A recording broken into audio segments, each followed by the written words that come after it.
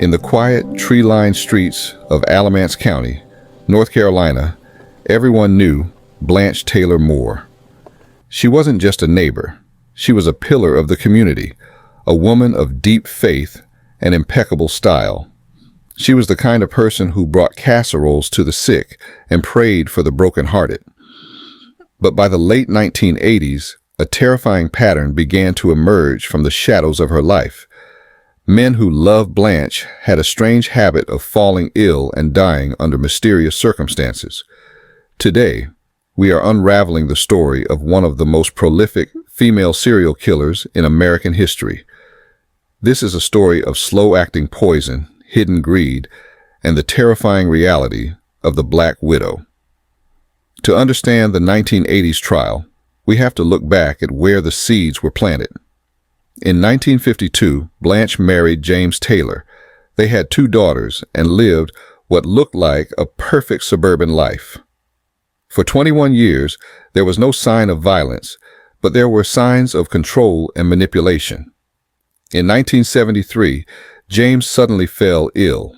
He was a healthy man, yet his body began to fail him for no apparent reason. Doctors called it a heart attack, but the symptoms, severe stomach pain and vomiting, didn't quite fit the profile. Shortly after James died, Blanche's father, P.D. Kaiser, also fell ill and died after Blanche brought him a milkshake in the hospital. At the time, no one questioned the grieving daughter and widow. She was seen as a woman cursed by tragedy, not a woman causing it. By the early 1980s, Blanche had started a long-term relationship with Raymond Reed, a manager at the grocery store where she worked. Raymond was wealthy, stable, and completely enamored with Blanche. However, as the relationship progressed, Raymond began to suffer from a mystery illness. Throughout 1986, he was in and out of the hospital with symptoms that baffled the best medical minds in the state. He suffered from peripheral neuropathy, a tingling and burning in the hands and feet, along with massive organ failure. Blanche was the angel of the ward. She never left his side.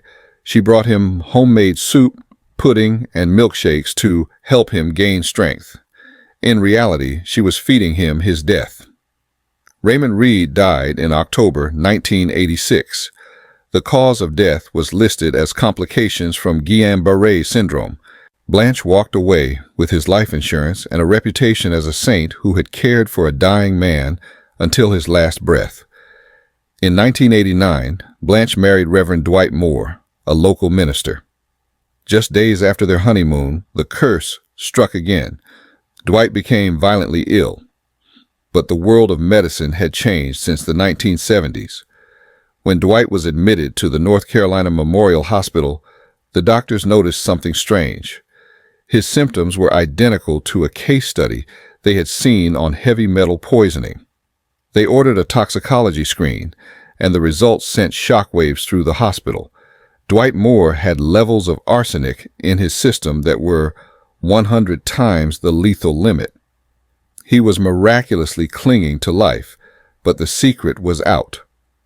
The police were notified, and the investigation into Blanche Taylor Moore's past finally began. Detectives realized that if Dwight was being poisoned, the men from Blanche's past might have been too. They obtained court orders to exhume the bodies of James Taylor and Raymond Reed.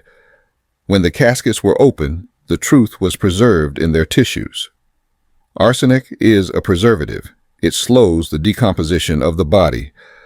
Both men were found to have massive, lethal amounts of arsenic in their systems. Further investigation revealed that Blanche had even poisoned her own father and potentially a former boyfriend. The Black Widow was no longer a theory. She was a cold, hard reality. The trial began in 1990, and it was a media circus.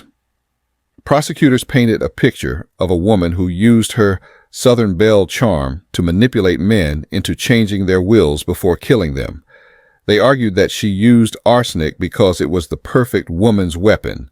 It could be easily hidden in food and simulated a natural, lingering death. Blanche maintained her innocence, playing the role of the victimized religious woman until the very end. However, the forensic evidence was undeniable. She was found guilty and sentenced to death.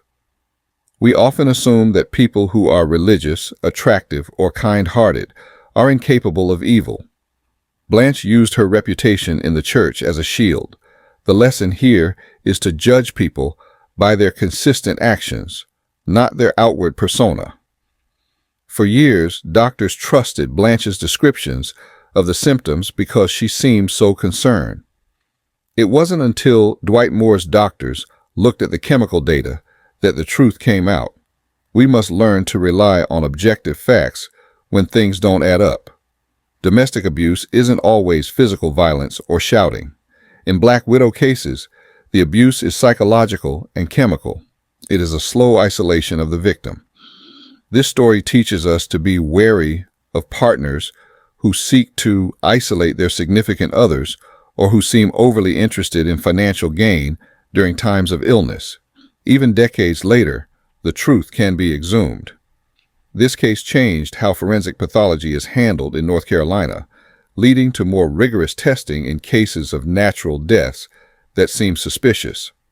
Today, Blanche Taylor Moore remains one of the oldest women on death row. Her story is a chilling reminder that the most dangerous predators don't always lurk in dark alleys. Sometimes they are right there in the kitchen, stirring a pot of soup, waiting for the insurance policy to kick in. Sleep well tonight, and remember, things are not always what they seem.